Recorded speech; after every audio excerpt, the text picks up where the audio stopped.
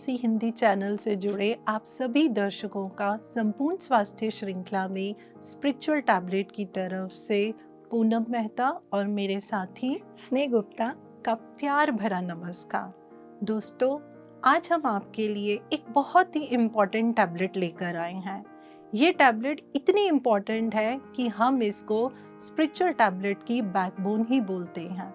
और मज़े की बात ये है, ये हमारी बैकबोन से जुड़ी समस्याओं के निवारण के लिए काम में आती है। जैसे कि स्नेह जी, हम जानते ही हैं, हम अपनी बैकबोन को मेरुदंड भी बोलते हैं। मेरुदंड का अर्थ है सेंटर ऑफ यूनिवर्स, हमारे अंदर का यूनिवर्स। और अगर हमारे मेरुदंड में कोई भी समस्या आती है तो उसका असर साफ रूप से हमारी बॉडी पर आता है। स्पिरिचुअल टैबलेट में, जैसे कि हम जानते हैं, स्पिरिचुअल टैबलेट में हम किसी भी बीमारी की जड़ तक जाते हैं और उस जड़ पे पहुंच के हम उस समस्या के ऊपर काम करते हैं।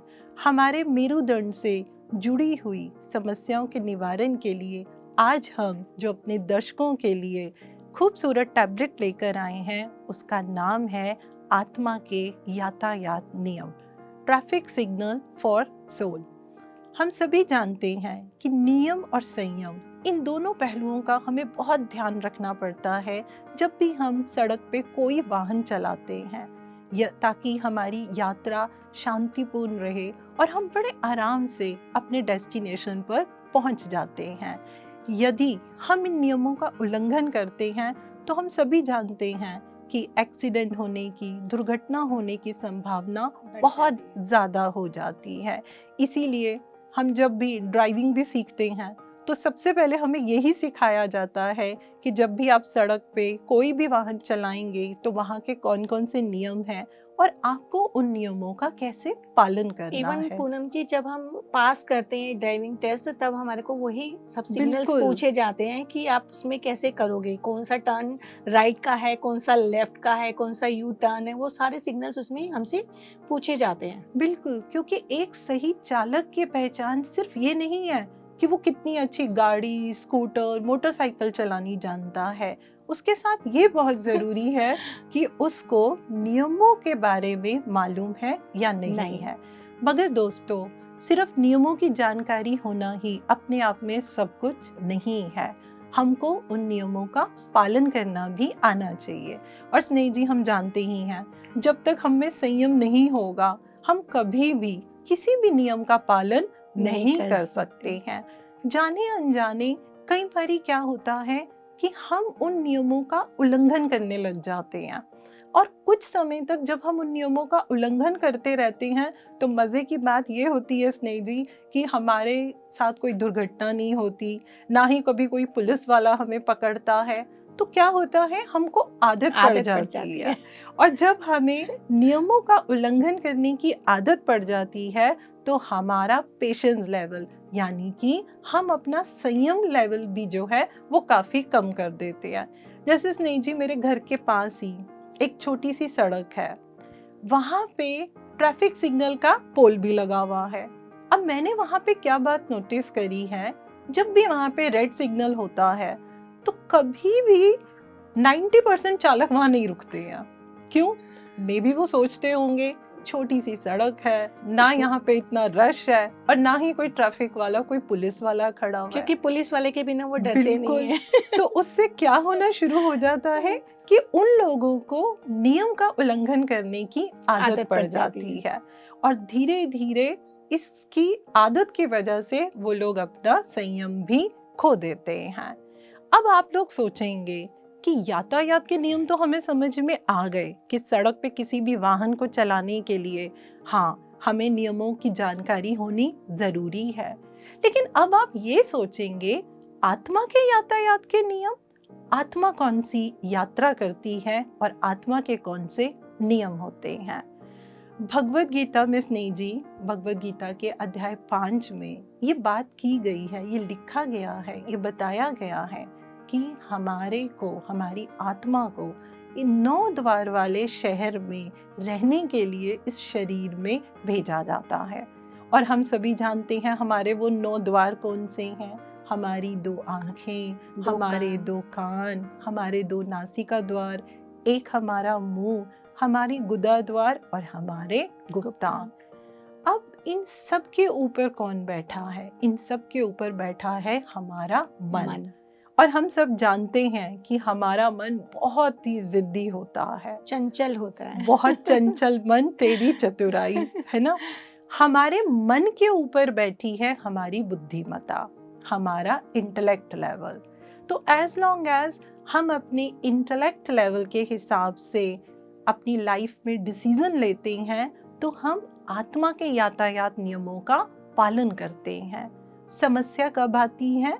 जब हम इंटेलेक्ट लेवल की जगह, जब हम अपने माइंड से, जब हम अपने मन के द्वारा, मन बैठा है इंद्रियों के ऊपर, और जब हम अपने मन के द्वारा सोच के हम अपनी जिंदगी में जो है हम डिसीजन लेने लग जाते हैं, तो कहीं ना कहीं जाने अनजाने हम उन नियमों का उल्लंघन करने लग जाते हैं। इसको दर्शकों हम यूं भी समझ सकते हैं कि हमारा शरीर एक रथ समान है और हमारी आत्मा इसमें बैठा यात्री है। हमारी इंटेलिजेंस उसका चालक है, हमारा माइंड उसका ड्राइविंग इंस्ट्रूमेंट है और हमारी इंद्रियां उस रथ के घोड़े हैं। अब हो गई ना हमारी आत्मा की यात्रा की सवारी तैयार। हम इस शरीर रूपी रथ से ही हमारी आत्मा यात्रा करती है। अब हमारे मन में ये प्रश्न जरूर आता है कि आत्मा यात्रा करती कौन सी है, कैसे करती है? कैसे करती है? तो दोस्तों, हमारी आत्मा ईगो कॉन्शियसनेस से कॉस्मिक कॉन्शियसनेस तक जाने की यात्रा करती है। हमारी आत्मा के पास हमेशा 2 विकल्प होते हैं। एक तो ये होता है कि वो ईगो कॉन्शियसनेस के साथ जुड़ के रहना, और दूसरा विकल्प उनके पास क्या होता है? ईगो कॉन्शियसनेस से परे रहना, उसके बियॉन्ड जब डिसीजन लेना। जब तक हम ईगो लेवल के साथ जुड़े रहते हैं तो स्नेह जी क्या होता है? हमारा सोचना, हमारा महसूस करना, किसी भी काम को करना, उसमें हम क्या देखते हैं कि क्या हमारे को उसमें कोई मटेरियलिस्टिक गेन मिल रहा है या हमें नहीं मिल रहा है। लेकिन जब हम उन नियमों का पालन करते रहते हैं तो धीरे धीरे हमारी चेतना का विस्तार होता रहता है और उसमें हम लोग आत्म साक्षात्कार करते हैं, हम सेल्फ रियलाइजेशन पे जाते हैं। तो हो गई ना आत्मा की यात्रा की शुरुआत। तो आइए दोस्तों, इसी गुणों को समझने के लिए आज हम अपना स्टार्ट करते हैं आत्मा की यात्रा का पहला नियम। दोस्तों, जैसे आपने अभी समझा, जाना कि यातायात के नियम के साथ साथ हमारी आत्मा के नियम भी होते हैं, जिसे पूनम जी ने आपको बहुत अच्छे से समझाया कि अगर हम उनका पालन ना करें, अगर जैसे हम यातायात के नियम का पालन नहीं करते और क्या होता है, दुर्घटना हो जाती है। कहते हैं ना, सावधानी हटी और दुर्घटना घटी। ऐसे ही जब हम अपनी आत्मा की प्रगति करते हैं, आत्मा के रास्ते पर चलते हैं और हम अपने मन के द्वारा कोई भी कार्य करते हैं, तो हमारे यहाँ हम कहते हैं हमारे जीवन में बहुत पीड़ाएं आ रही हैं, सफरिंग्स हो रही हैं, हम बहुत परेशान हो रहे हैं। तो क्यों, किस कारण से? क्योंकि हम जाने अनजाने अपने इन नियमों का पालन नहीं करते जो आत्मा के लिए बनाए गए हैं। तो आज हम उन्हीं के बारे में चर्चा करेंगे। जो हमारी रीढ़ की हड्डी, जो हमारी, हम कहते हैं कि बैकबोन पूरी, जैसे पूनम जी ने आपको बताया, पूरी बैकबोन यानी है, अर्थात आपकी जो टेल बोन, जहाँ से आपकी रीढ़ की हड्डी शुरू होती है और सर्वाइकल बोन तक, ये 10 के 10 नियम अगर आप पालन करते हैं तो इन 10 नियम के द्वारा आपकी ये रीढ़ की हड्डी का दर्द पूरी तरह से, कमर का दर्द धीरे धीरे चला जाता है और आपको पता भी नहीं चलता। लेकिन आज जिन हम 3 नियमों का पालन करेंगे वो आपके कमर के निचले दर्द को कंप्लीट करेगा, मतलब ठीक करेगा। पहला नियम पूनम जी, जो हमने बहुत बार समझा और जाना, लेकिन जाने अनजाने हम इसे छोड़ देते हैं। तो पहला नियम है दोस्तों, do not lose any opportunity without exploring it. अर्थात बिना किसी मौके को हमें किसी भी मौके को छोड़ना नहीं है, किसी भी अवसर को अपने हाथ से नहीं जाने देना। ये रिचर्ड बैश ने बहुत अच्छे से हमें समझाया है कि अपनी ज़िंदगी में हमें जो भी मौका मिलता है, जो भी अवसर मिलता है, हमें उससे कुछ ना कुछ सीखना है, उसमें जब तक सीखने की संभावना होती है पूनम जी, यानी कि कोई भी पॉसिबिलिटी, मैं कहती हूँ अगर 1% भी है तो हमें उससे सीखना ही है। चाहे 1% सीख रहे हैं हम, चाहे 10% सीख रहे हैं, संभावना जितनी भी है उससे हमें, जब तक हम पूरी तरह से सेटिस्फाई ना हो जाए, संतुष्ट ना हो जाए, हमें जब तक सीखना ही है। और अक्सर हम काम जब करते हैं 70-80% पे ही हम उसको छोड़ देते हैं, पूरा नहीं कर पाते। और ये संभावना हमारी कैसी होती है, हम लोगों के द्वारा सीखते हैं या हम हमारे जीवन में जो परिस्थितियां आ रही हैं उनके द्वारा भी सीखते हैं, लेकिन हमें पता नहीं होता कि हम इनसे सीख रहे हैं और हम किसी ना किसी बात पर उससे छोड़ देते हैं बीच में। जैसे आपने बताया, बीच में हमें छोड़ने की एक आदत होती है। ये लोग हमारे आसपास के लोग हो सकते हैं, हमारे दोस्त, हमारे रिश्तेदार, हमारे सहकर्मी या कोई भी अनजान व्यक्ति भी हो सकता है। उनसे भी हम वो किसी ना किसी मौके के रूप में हमें सिखाना चाहते हैं, बट हमारी एक आदत जो होती है डेली मतलब रोज की जिंदगी में, जिसे हम कहें कि हर मौके को छोड़ो ना, क्या करना है, अभी तो समय बहुत है, हम हमेशा यही बात मान के चलते हैं। और हर जी यहाँ पे मैं ये भी कहना चाहूंगी कि हमको ऐसा लगता है कि जो भी अपॉर्चुनिटी होती है, मतलब जिसका कुछ पॉजिटिव रिजल्ट आता है, सिर्फ हमें सीखने का मौका उसी से मिलता है, लेकिन ऐसा नहीं है। हमारी लाइफ में जो चैलेंजेस आते हैं, उन चैलेंजेस में सीखने को बहुत कुछ होता है। बिल्कुल सही कहा आपने, क्योंकि हम जब इस राह पे, अगर हम कहें ध्यान की यात्रा पे हम निकल जाते हैं या आत्मा की प्रगति जब हमें समझ में आती है कैसे करनी है, तो हमारे लिए सब कुछ एक लर्निंग बन जाती है, चाहे वो गुड है या बैड, सब कुछ लर्निंग है हमारे लिए। गुड और समभाव से सबको देखने लगते हैं। हाँ। और हम उसी तरीके से उसमें से ज्ञान बटोरने लगते हैं। बिल्कुल। तो देखिए दर्शकों, हमें किसी भी मौके को छोड़ना नहीं चाहिए और उसमें से हमारे को लर्निंग को लेना चाहिए। बिल्कुल सही। दोस्तों, हम इसको एक एग्जाम्पल के थ्रू आपको समझाते हैं कि आप इसे अपने जीवन में कैसे उतारें। आपको कैसे समझ में आएगा कि ये मौका आता है और हाथ से चला जाता है। मान लीजिए हम दो व्यक्तियों को लेते हैं, एक जो प्रापंचिक जीवन व्यतीत कर रहा है और एक स्पिरिचुअल जो आध्यात्मिक व्यक्ति है। प्रापंचिक जीवन में हम एक गृहिणी को लेते हैं। जैसे एक गृहिणी दिन में सुबह से शाम तक काम कर रही है और अपने काम में बहुत खुश है, एंजॉय कर रही है लाइफ को, और उसके पास बहुत सारी, हो सकता है कला हो, वो ड्राइंग करती हो, वो नृत्य करना जानती है, कुछ भी उसके पास है, लेकिन समय के अभाव और अपने घर की जिम्मेदारियों के साथ उसने इस कला को कहीं ना कहीं दबा दिया। मान लीजिए एक छोटा सा बच्चा आया उसके पास, या कोई एक स्टूडेंट आता है कि आंटी आज मुझे आप प्लीज़ ये सिखा दो, आपको ड्राइंग बहुत अच्छी आती है, मेरी क्लास है, मुझे आप सिखा दोगे तो मुझे मेरे लिए अच्छा होगा। और वो लेडी क्या कहती है, बेटा मेरे पास तो टाइम नहीं है, मैं तो बिल्कुल नहीं सिखा पाऊंगी, अभी तो मुझे घर का खाना बनाना है, बच्चों को देखना है, बेटा प्लीज़ आप आज तो रहने दो, फिर किसी दिन देख लेना।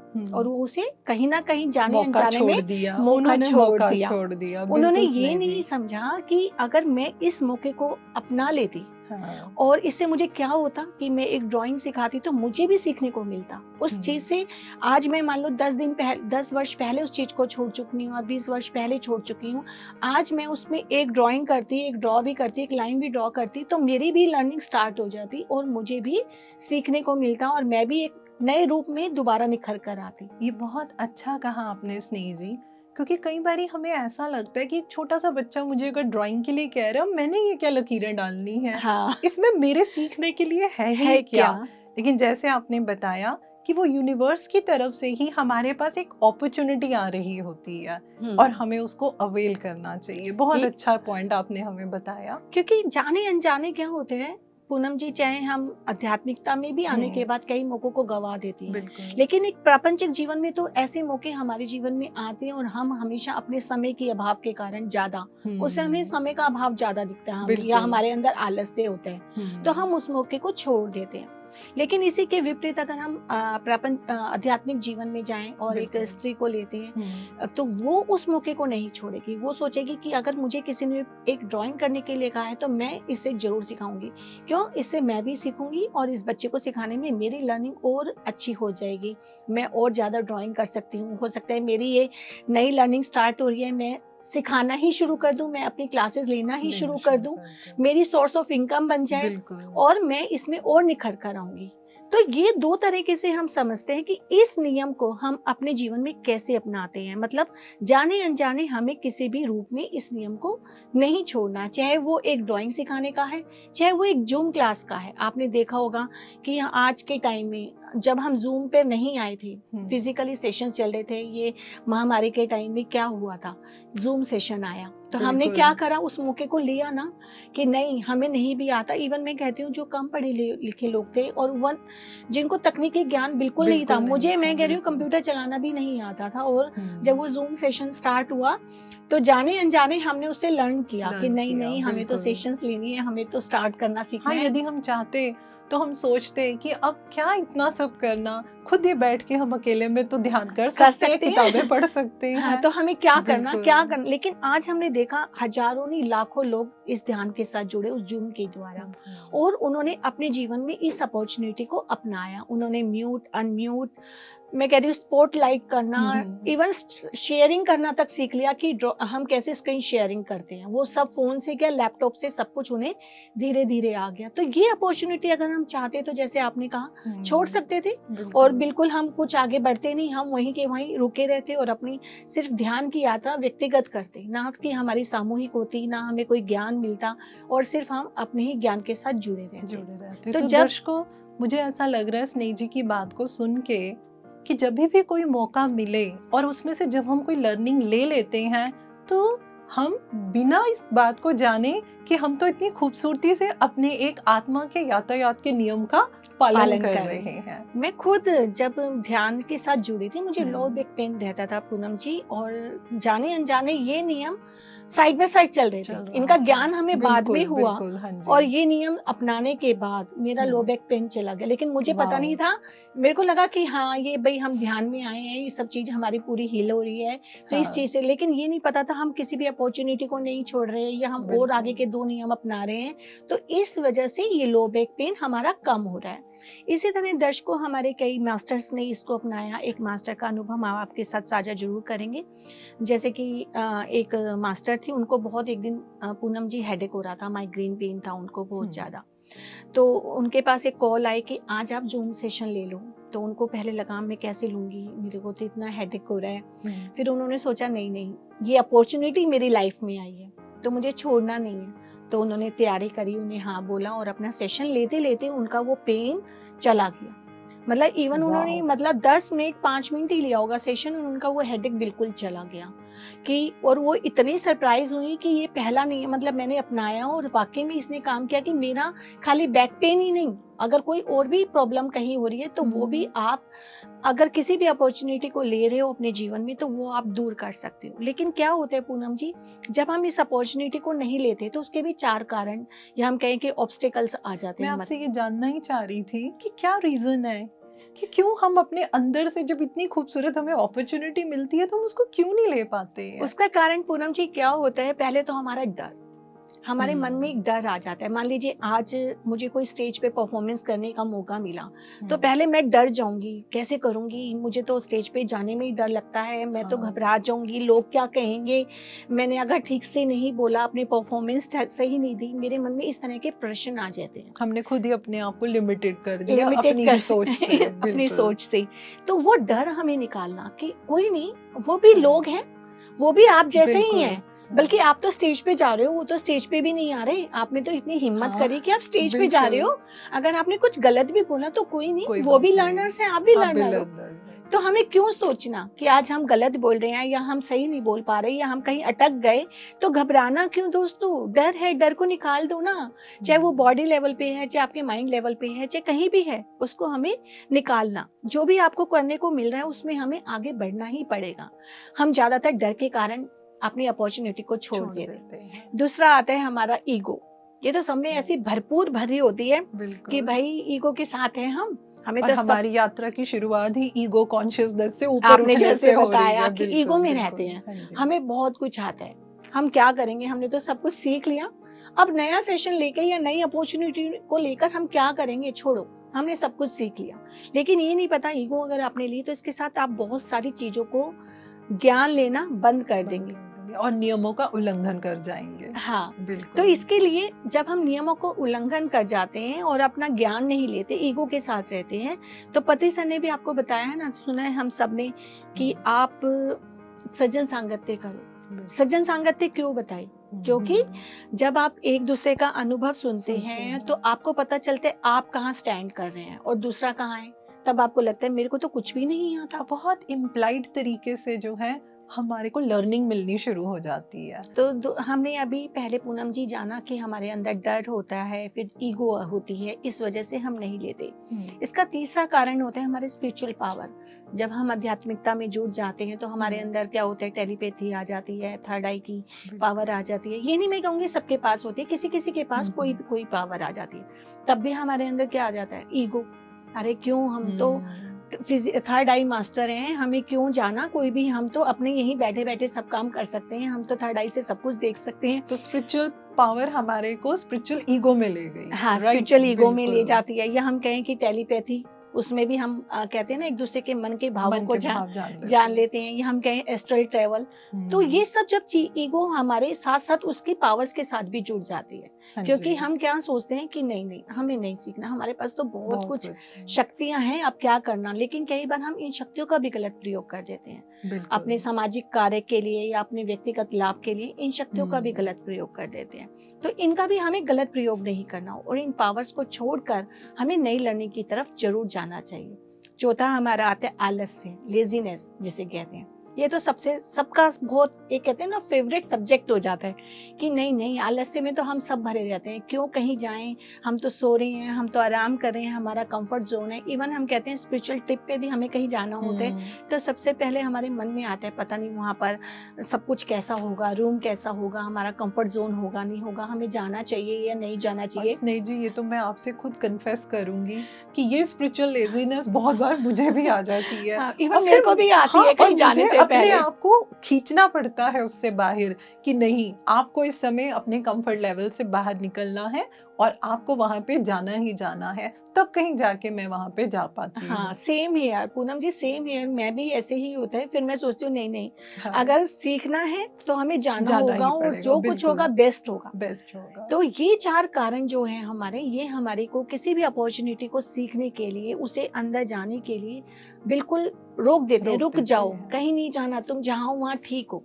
तो दोस्तों हमें इसको डू नॉट लूज को आपको याद रखना है कि किसी भी चीज को आपको लूज नहीं करना। हर अपॉर्चुनिटी, हर अवसर को अपने जीवन में अपनाना है, तभी आप आगे बढ़ पाएंगे। तो अब हम आगे बढ़ते हैं हमारे दूसरे नियम की तरफ। स्नेही जी, आपने बहुत खूबसूरती से पहला नियम हमें समझाया और मैं तो सच में इनकी बातें सुनते सुनते मुझे भी 1-2 अपॉर्चुनिटीज़ याद आ रही हैं और मुझे लगता है कि आज घर जाके मेरा सबसे पहला काम जो है स्नेही जी की बदौलत उन अपॉर्चुनिटीज़ को अवेल करना ही रहेगा। हमारे इसमें जो दूसरा नियम है, अगर हम कहें स्नेही जी, तो काफ़ी नियम हमारे एक दूसरे से जुड़े हुए हैं और बहुत खूबसूरत नियम जो हैं वो हमारे को इस टैबलेट के अंदर मिलते हैं।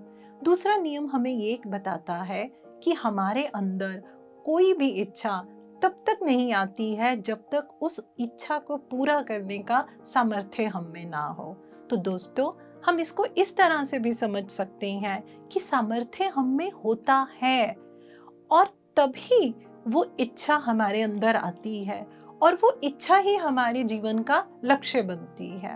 मैंने कई बारी देखा है कि कोई एक डिजायर है और उस डिजायर से रिलेटेड स्नेही जी बहुत विचार हमारे अंदर आते रहते हैं। हम कभी कभी इतनी गहराई पे जा ही नहीं पाते और हम ये सोचते ही नहीं है कि भाई मुझे इतने विचार इस लक्ष्य को पाने के लिए क्यों आ रहे हैं। और हमें ऐसा लगता है कि नहीं अभी मेरे पास टाइम नहीं है, और कहीं ना कहीं हम क्या करते हैं, हम उन विचारों को साइड में रख लेते हैं। जैसे कि अभी हमें स्नेही जी ने भी बताया, मुझे भी बचपन में बहुत शौक था स्नेही जी कि मेरे को क्लासिकल डांस सीखना है, लेकिन किसी वजह से मैं उस क्लासिकल डांस को नहीं सीख पाई। मैं डांस तो नहीं सीख पाई, लेकिन मैंने क्या नोटिस किया है कि उसका बीज अभी भी मेरे अंदर है। क्यों? क्योंकि अभी भी मेरे मन में ये विचार आता है कि मुझे तो अपना क्लासिकल डांस जो है वो मुझे पूरा सीखना ही सीखना है। तो दोस्तों, हम सबके जीवन में हमारे कोई ना कोई लक्ष्य होते हैं और उन लक्ष्यों को पाने के लिए, उन गोल को अचीव करने के लिए हमारे अंदर बहुत सारे विचार आते हैं। स्नेही जी, हम इस लर्निंग को बहुत ही सिंप्लीफाइड करते हैं ताकि हमारे दर्शकों को समझ आ जाए, हम इसको इस तरीके से समझा सकें जिस तरीके से इसको हम लोगों ने अप्लाई किया और हमने अपने बहुत सारे पेशेंट गॉड के साथ भी इस लर्निंग को शेयर किया है। हम अपने लक्ष्यों को, हम अपने गोल्स को 2 भागों में बांट सकते हैं। एक होगा हमारा पर्सनल गोल और दूसरे होंगे हमारे सोशल गोल। अब अगर मैं पर्सनल गोल की भी बात करूं तो मैं उनको भी 3 पार्ट्स में डिवाइड कर देती हूँ। हमारी बॉडी लेवल का, हमारे माइंड लेवल का और हमारे सोल लेवल का। अगर हम बॉडी लेवल के पर्सनल गोल की बात करें तो उसमें क्या आता है?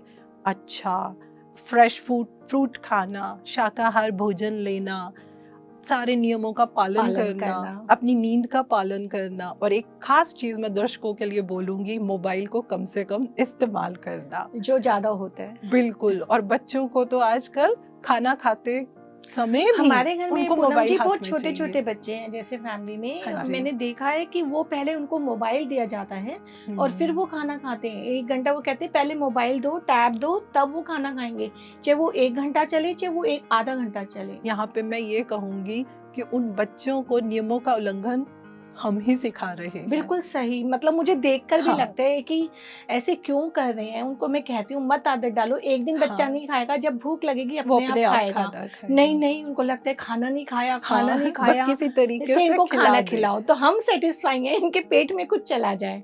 तो बहुत अच्छा, जैसे कि अभी स्नेह जी ने हमें एग्जाम्पल दिया, इससे हमें इस बात की समझ आती है कि जाने अनजाने हम स्वयं माँ बाप होते हुए भी हम बच्चों की यातायात के नियमों का उल्लंघन करना ही हम उनको सिखा रहे देते हैं। हैं। इसी तरीके से हमारे माइंड से भी जुड़े हुए हमारे बहुत पर्सनल गोल होते हैं, जिसमें सबसे खास अंदर की बात क्या है, ये जो हमारा मन है ना स्नेह जी, ये हर समय हमें अनगिनत विचारों में घेरे रखता है।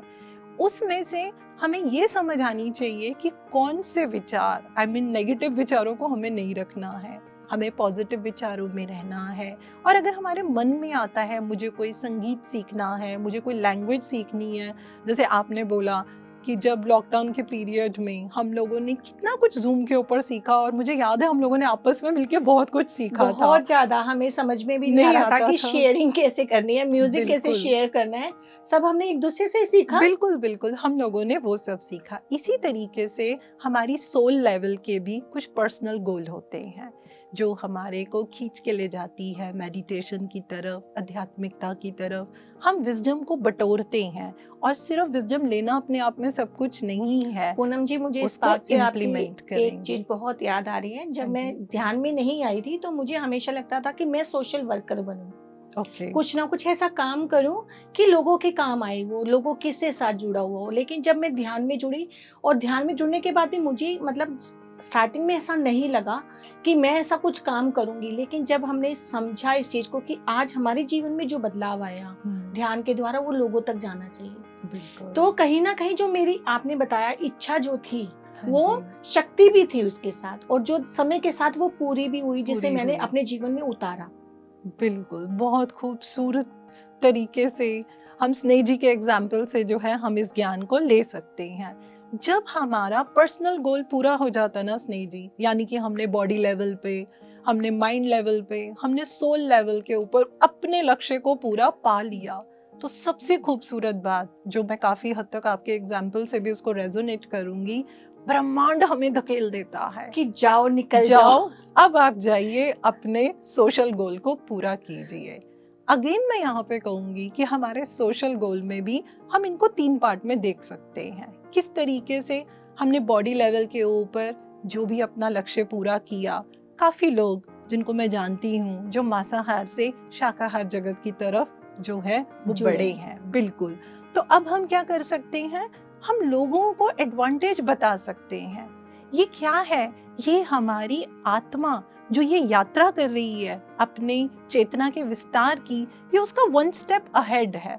अपने पे तो काम कर लिया, अब हम क्या करेंगे, हम समाज से जुड़े हुए लोगों को इस तरफ लेकर आएंगे, तो ये हमारा बिल्कुल ये हमारा एक सोशल गोल बन जाता है।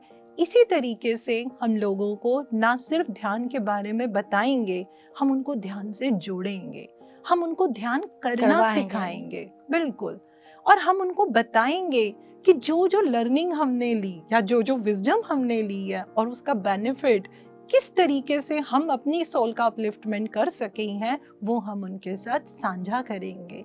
हम उनको जब ये समझाएंगे तो कहीं ना कहीं हम उनके आगे एक रोल मॉडल की तरह बन जाएंगे और फिर उनके मन के अंदर ये भाव आना शुरू हो जाएगा कि अरे वाह, अगर इन्होंने इस तरीके से अपनी चेतना का विस्तार कर लिया है तो वाकई हमें भी इस मार्ग को अपनाना चाहिए। तो दोस्तों, जब हम अपना पर्सनल गोल पूरा कर लेते हैं तो फिर हम कहाँ आ गए? ब्रह्मांड ने हमें कहाँ भेज दिया? ब्रह्मांड ने हमें भेज दिया सोशल गोल की तरफ। अब इस गोल्स को अचीव करने के लिए सबसे इम्पोर्टेंट चीज क्या है? वो है प्लानिंग।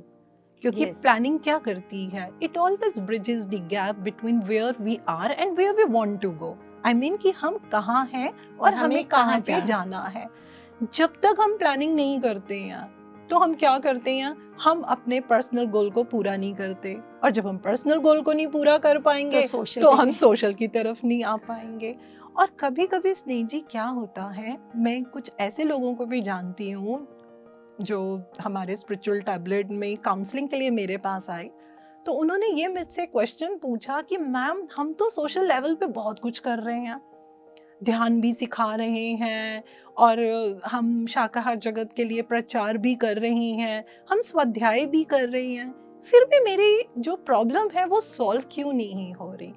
तो जब मैंने उनसे थोड़े प्रश्न पूछे तो ये चीज खुलकर मेरे सामने आई कि उन्होंने अपनी यात्रा में गड़बड़ करी। कैसे गड़बड़ करी? उन्होंने एक ऐसी छलांग लगा ली जिसमें कि उन्होंने अपने पर्सनल लक्ष्य को पूरा नहीं किया, क्योंकि उन्होंने अपने व्यक्तिगत पे कार्य नहीं किया ना। अगर हम अपने पर्सनल लेवल पे काम नहीं करेंगे और डायरेक्ट लोगों के पास कूद जाएंगे तो हमारे को परेशानी होगी दोस्तों।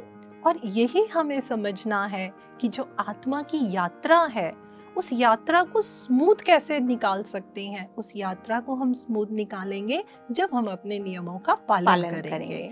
तो सोशल गोल की तरफ जाने से पहले हमें किस चीज पे ध्यान देना है कि मेरे पर्सनल गोल पूरे होने चाहिए, एंड दैट टू तीनों पैरामीटर में, यानी कि बॉडी लेवल के ऊपर भी, माइंड लेवल पे और सोल लेवल के ऊपर भी हमारे ये पूरे होने चाहिए। अब हमारे मन में एक प्रश्न आएगा कि ठीक है जी, लक्ष्य भी हमारा है, उस लक्ष्य के लिए विचार भी हमारे अंदर आते हैं, ठीक है, हम अपने पर्सनल गोल की तरफ जा रहे हैं, लेकिन फिर भी स्नेह जी ऐसा क्यों होता है कि हम अपने लक्ष्यों को पूरा नहीं कर पाते हैं? तो हम अपने लक्ष्यों को पूरा क्यों नहीं कर पाते हैं? उसके मुख्य 3 कारण हैं: आलस्य, अहंकार और फियर।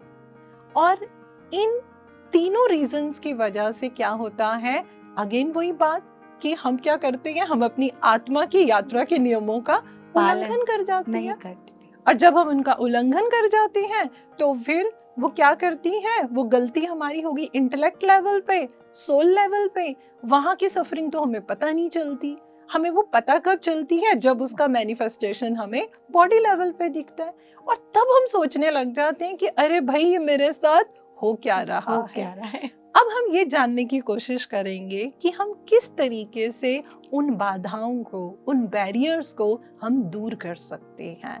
तो मैं ये समझती हूँ स्नेह जी कि किसी भी बाधा को, किसी भी कमी को अगर हम अपने अंदर से दूर करना चाहते हैं तो सबसे मूल बात क्या है कि हमारे अंदर एक्सेप्टेंस होनी चाहिए, हमारे अंदर ये जागरूकता होनी चाहिए कि वाकई में मैं आलस्य में हूँ। अगर मैं आलस्य की बात करूँ तो हाँ, मैं लेजीनेस में हूँ।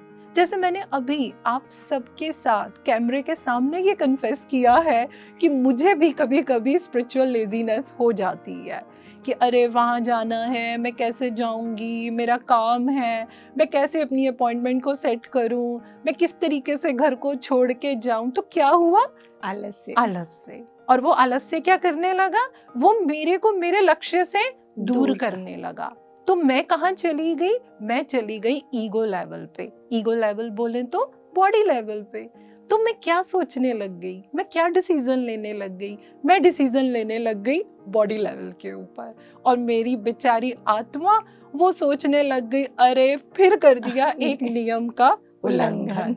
तो हमें बहुत माइंडफुल रहना चाहिए जब भी हमारे ऊपर आलस्य आए, वो चाहे बॉडी लेवल पे आ रहा है, वो चाहे माइंड लेवल पे आ रहा है, या वो चाहे हमारा स्पिरिचुअल लेवल के ऊपर आ रहा है। दूसरी जो सबसे बड़ी बाधा आती है वो आता है हमारा अहंकार। जैसे कि हमारे को पिछले नियम में भी हमारे को अभी स्नेह जी ने बताया कि किस तरीके से अहंकार जो है वो हमारे को हमारे लक्ष्य से दूर कर देता है। अब अहंकार तो मैं कहूँगी स्नेह जी बहुत मुश्किल है कंट्रोल रखना क्योंकि उसका एक ही तरीका है कि आप अपने आप को चेक करते रहो। बिल्कुल बिल्कुल, अपने आप को अगर हम चेक करें तो दिन में कोई ना कोई एक बात ऐसी तो पकड़ ही आ जाती है जो हमारे को अहंकार की तरफ खींच रही होती है। बॉडी लेवल का अहंकार, मैं ये काम क्यों करूं, मैं तो इस लेवल का इंसान हूँ, अरे ये काम कोई मेरे करने का थोड़ी ना है, तो वो हमारी बाधा बन जाती है। और हमारे अंदर जो बहुत अच्छे तरीके से ऑलरेडी हमारे को स्नेह जी समझा चुके हैं, जब हमें स्पिरिचुअल अहंकार आता है, अरे मैं तो इतना बड़ा मेडिटेटर हूँ, तो मेरे को अब यहाँ पे इस चीज़ को अटेंड करने की या किसी भी तरीके से उसको स्प्रेड करने की भी क्या ज़रूरत है। और हमें क्या करना पड़ेगा, हमें अपने अहंकार को करना पड़ेगा जीरो, तभी हम बनेंगे हीरो। ये एक बहुत ही इम्पोर्टेंट एक पॉइंट है स्नेह जी, जिसके ऊपर हमें ध्यान देना चाहिए। अब तीसरी जो हमारी बात रह गई वो रह गया हमारा फियर, वो है हमारा डर। हम सोचेंगे नहीं मुझे तो किसी से डर नहीं है, हम डर की परिभाषा को बॉडी लेवल के ऊपर समझना शुरू कर देते हैं कि नहीं मुझे तो किसी से डर नहीं है। बिल्कुल, आपको किसी बाहर से डर नहीं होता है, डर हमारे अंदर होता है। अगर हमें कहीं मौका मिल रहा है कुछ शेयरिंग करने का, तो हमें लगता है ओ पता नहीं मैं ठीक से बोल पाऊंगी कि नहीं, जैसे आप बता रहे थे कि स्टेज पे जाना है, पता नहीं मैं अच्छी लग रही हूँ कि नहीं, तो हम क्या करते हैं, हम इतना बॉडी लेवल के ऊपर चले जाते हैं और हम उस डर की दीवार को अपने आगे डाल देते हैं। दीवार को अपने आगे डालने का मतलब है अपनी आत्मा की जो यात्रा है, जो उसका एक्सपेंशन है, हम उसके आगे जो है उस डर को डाल देते हैं। और फिर हम क्या करते हैं, बस हम चुपचाप अपने कंफर्ट जोन में बैठ जाते हैं कि नहीं मेरे को तो ये काम करना ही नहीं है। जबकि मैं समझती हूँ कि अगर आपको किसी भी मोड़ पे अगर डर आए तो उससे बाहर निकलने के लिए सबसे इम्पोर्टेंट चीज़ क्या है, डर का सामना करो। तो जब हम डर का सामना करते हैं तो हमारी चेतना का विस्तार होता है। अब यहाँ पे दो बातें और आएंगी। अब वो दो बातें क्या आती हैं, कभी कभी स्नेह जी ऐसा होता है कि हमको लगता है कि भाई हाँ ये मेरा गोल है, I am aware with my goal, मुझे मेरा गोल पता है, लेकिन फिर भी ना क्या होता है, हम ना उस गोल को अचीव नहीं कर पाते। और जब हम उस गोल को अचीव नहीं कर पाते हैं तो हमको पता है क्या लगता है, ओ मैं ये गोल इसलिए नहीं कर पा रही, मेरे घर वाले नहीं करने दे रहे, मैं ये गोल इसलिए नहीं अचीव कर पा रही हूँ क्योंकि मेरी फैमिली मुझे सपोर्ट नहीं करती है। तो ये क्या होता है, अगेन ये वही बात होती है कि हम एक एक्सक्यूज ढूंढ रहे होते हैं और हम खुद अपने आप को लिमिटाइज करके और हम अपने आप को खुद ही लक्ष्य से दूर कर रहे होते हैं। तो एक तो ये बात होती है। दूसरी बात क्या होती है, बहुत बार पेशेंट गॉड ने मुझसे ये शेयर भी किया है कि मैम ये तो मैं करना चाहती हूँ, लेकिन मेरी फ्रेंड ने या मेरे किसी रिश्तेदार ने बोला अरे आंखें बंद करके बैठने से कुछ नहीं होता है, ये तुम अपना टाइम वेस्ट कर रहे हो। तो हाँ मैम मुझे भी ये लगने लगा है कि ध्यान में कुछ नहीं है, ज्ञान में कुछ नहीं है, जो जिंदगी चल रही है बस उसको ही चलाने दो। क्योंकि आसपास के लोग पूनम जी क्या होते हैं, हमें रोकते हैं, जो आध्यात्मिकता में नहीं आए। इवन मेरे कुछ रिलेटिव्स भी मुझे पागल कहते हैं कैप पहन के, जब मैं ध्यान करती हूँ कहते हैं रोज तो तुम्हें कुछ ना कुछ परेशानी रहती है, फिर ध्यान क्यों कर रहे हो। उन्हें ये नहीं समझ में आता, जो कर्मा है जो हमने कर रखे उनका हमें रिजल्ट तो मिलेगा ना, फल तो मिलेगा, वो भुगतान तो भरना ही है, तो हमें बिल्कुल भरना ही पड़ेगा, तभी तो वो जाएंगे जिंदगी से। लेकिन नहीं, वो हमें टोकते रहते हैं, बोलते रहते हैं, तो इसी तरह से हमें वो रोकते हैं। लेकिन ये हमारे ऊपर है कि हम इस चीज को रोकें या टोकने पर रुक जाएं या आगे बढ़ें। तो स्नेह जी मैं बस यही कह रही थी कि जब हमें ऐसा लगता है कि बाहर के लोग जो हैं वो मुझे मेरे लक्ष्य की तरफ जाने नहीं दे रहे, तो दोस्तों हमारे पास दो चॉइस हैं। एक चॉइस तो जो स्नेहलता जी ने अभी बोली कि नहीं मैं तब भी उसका सामना करती हूँ, और दूसरा क्या होता है, हम उनके ऊपर ब्लेम करने लग जाते हैं और हम वो मार्ग ही छोड़ देते हैं। तो मैं इनको ये समझाती हूँ कि जिस तरीके से लाइक अट्रैक्ट्स लाइक होता है, यानी कि वो कमियां आप ही के अंदर हैं, लेकिन आप क्या कर रहे हो, आप कोई बहाना ढूंढ रहे हो। तो जैसे ही किसी ने हमें बोल दिया तो उसका सामना तो किया नहीं और हमने उसको वहीं छोड़ दिया। तो इस नियम का ध्यान करने से दोस्तों हम अपनी कमर के निचले हिस्से के दर्द से बहुत राहत पा सकते हैं। और अब मैं चाहूंगी कि स्नेह जी हमारे को इसका तीसरा नियम बताएं। बिल्कुल पूनम जी। दोस्तों पूनम जी ने इस नियम को इतने अच्छे से समझाया, अगर आप एक एक शब्द को बहुत ध्यान से सुनेंगे ना तो आपको समझ आएगा कि आप खुद चेक कर पाएंगे अपने आप को कि हम क्या करते हैं, कौन से मौके को, कौन सी इच्छा को छोड़ देते हैं और अपने जीवन में पीड़ाओं को अट्रैक्ट करते हैं। तो तीसरा नियम है दोस्तों हमारा पीड़ा से ही संबंधित।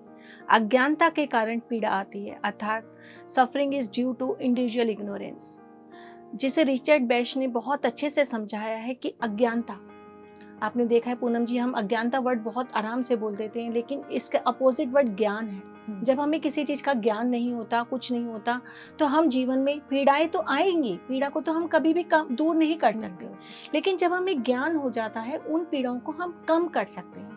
उनका रेशो कहते हैं ना कि जो 100% हम फेस कर रहे थे अब हमें ऐसा लगता है 50% ही रह गया। वो पीड़ा हमें पीड़ा नहीं लगती और ऐसा लगता है ये हमारे जिंदगी का अनुभव है, हमें सामना करना आ जाता है, हमें सामना करना आ जाता है। हमें ऐसा लगता है कि ये हमें भी बढ़ती है, सिखाने के लिए आया है, चाहे वो अच्छे रूप में है चाहे वो बुरे रूप में, किसी भी रूप में वो हमारे लिए एक ऐसा लगता है कि पाठ है, लेसन है। तो ऐसी ये पीड़ा हमारे पास 4 तरह की होती हैं दोस्तों, कि हम कहें आपको शारीरिक, मानसिक और आपको सामाजिक, जो आपको सामाजिक पीड़ा जिसे कहते हैं, जिसे समाज से, जो सोसाइटी से आपको दूसरे लोगों से मिल रही हैं, आपके रिलेटिव्स दे रहे हैं, आपको आर्थिक समस्या, इस तरह की जो पीड़ाएं होती हैं।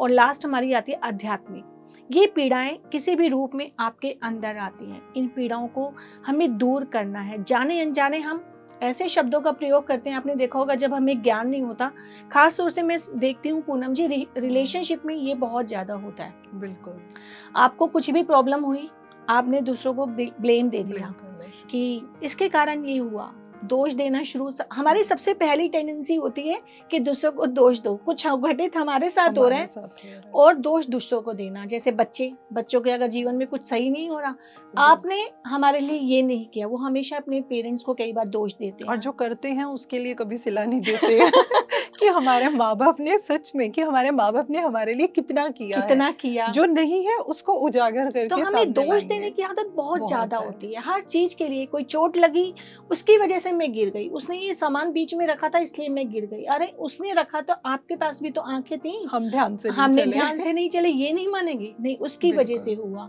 तो जब हम दोष देना शुरू करते हैं अपने जीवन में दूसरों को, तो ये पीड़ा जाने अनजाने हमारे पास और ज्यादा आती है।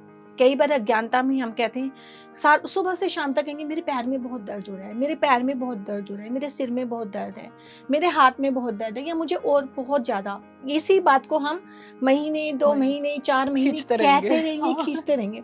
ये नहीं समझ में आ रहा कि जो शब्द आप निकाल रहे हो इसमें कितनी ऊर्जा है। ये ब्रह्मांड में जा रहे हैं, जो आप दोगे वो आप लोगे, वो नहीं समझ में आ रहा हमें। बस हम तो बोलना है, नकारात्मक शब्दों के साथ हमेशा रहना है, जाने अनजाने, क्योंकि हमें ज्ञान नहीं है। नियमों का उल्लंघन। तो जैसे हम गीता में भी श्री कृष्ण ने बोला है कि ज्ञान अग्नि दग्ध कर्मणाम, कि ज्ञान की अग्नि आपके कर्मों को जला देती है।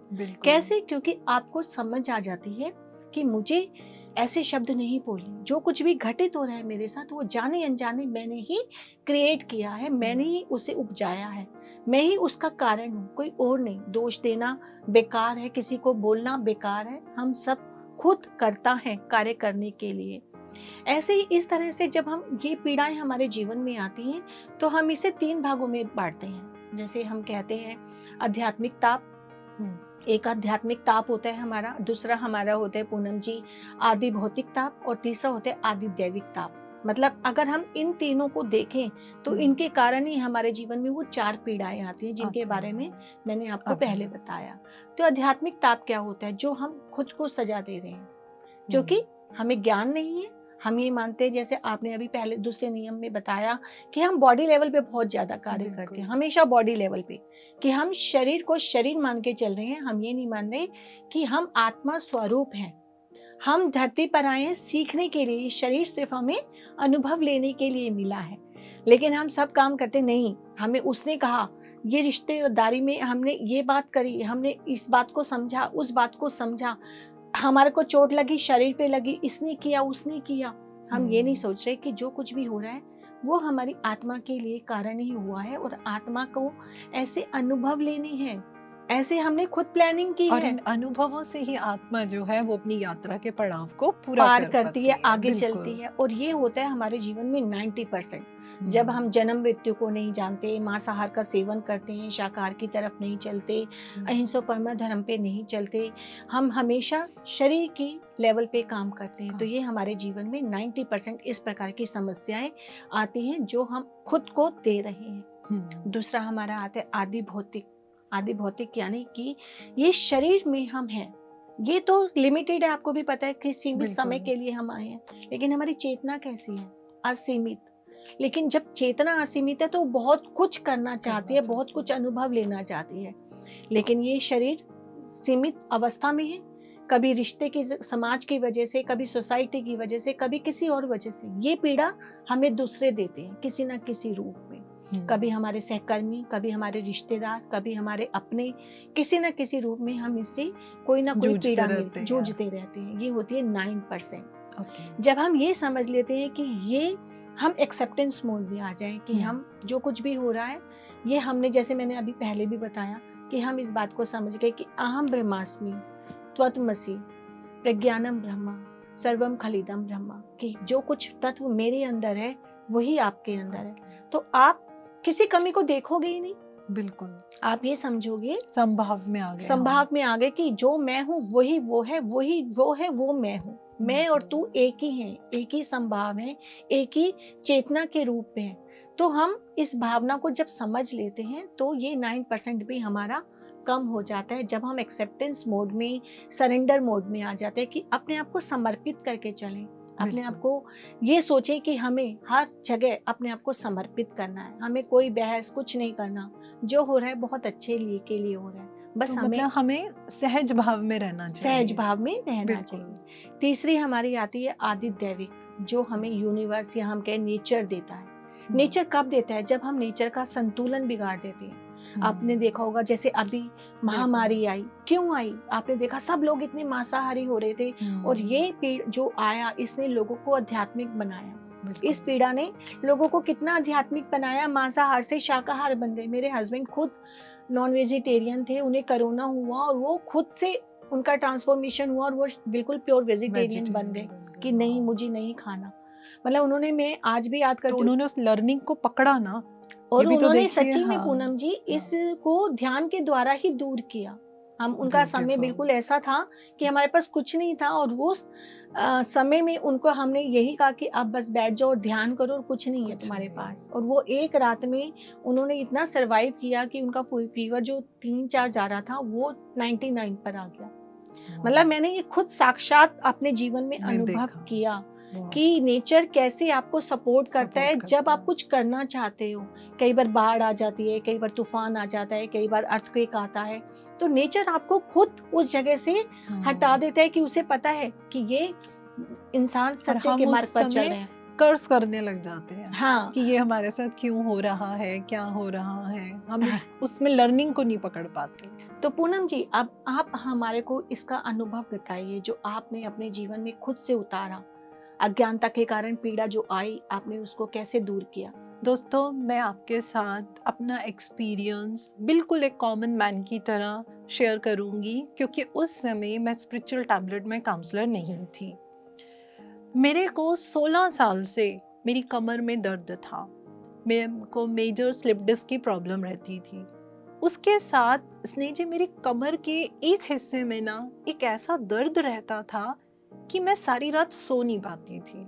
जब मैंने करवट बदलनी तो मेरी चीखें निकलती थी। तो आप खुद समझ सकते हैं, अगर आपको इतनी पेन हो तो आप सो तो पाएंगे नहीं।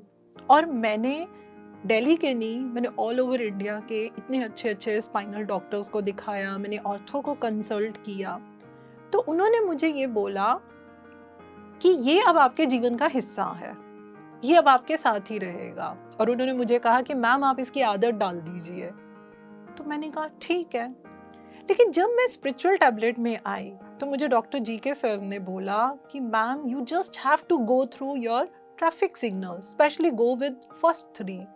मैंने स्नेह जी बड़ी मगजमारी करी मैंने बहुत कोशिश करी ये जानने की, ये समझने की कि इनको जीवन में कैसे कि उतारें। मैं कैसे उतारूं, मैं कहाँ पे, मतलब मैं नियमों का उल्लंघन कर रही हूँ, मैं कहाँ पे गलत हूँ।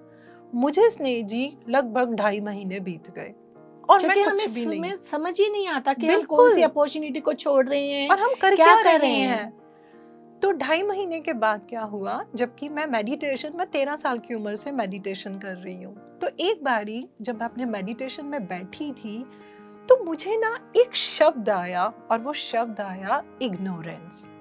अब क्योंकि मैं 2 महीने से ट्रैफिक सिग्नल्स को देख रही थी, तो मैंने उसको यूनिवर्स का मैसेज लिया। मैंने कहा कि ये जो इग्नोरेंस शब्द आ रहा है, तो यानी कि ये जो तीसरा नियम है, इसी में मेरी सीख पड़ी है। अब जब मैंने उसको सोचना शुरू किया था, पहले अज्ञानता, तो बॉडी लेवल पे आ गया, अरे मेरी इतनी डिग्रियां हैं, अज्ञानता कहाँ पर है मुझ पे क्योंकि हम एकदम सोल लेवल पे नहीं जा पाते हैं कि भाई मेरे में अज्ञानता, सोल लेवल पे क्या अज्ञानता मुझ में आ रही है। तो मैंने क्या किया स्नेह जी, मैंने ना धीरे धीरे इस अज्ञानता को ढूंढना शुरू किया। मैंने कहा कि चलो मैं इसको बॉडी लेवल पे स्टार्ट करती हूँ। मैंने बॉडी लेवल पे देखा, क्योंकि मेरा खुद का जो मेरा प्रोफेशन है उसका नेचर ऐसा है कि मुझे बहुत देर तक बैठना पड़ता है, तो मैंने ये ध्यान देना शुरू किया कि मैं ज़्यादा लंबे समय तक मत बैठूं। अब उससे भी जब ये मेरी पीड़ा नहीं गई, तो अब मैं सेकंड पड़ाव पे आई, मैं माइंड लेवल पे गई। मैंने अपनी थॉट्स को समझना शुरू किया, और मज़े की बात है दर्शकों, वहीं पे मैं इस पॉइंट को पकड़ पाई।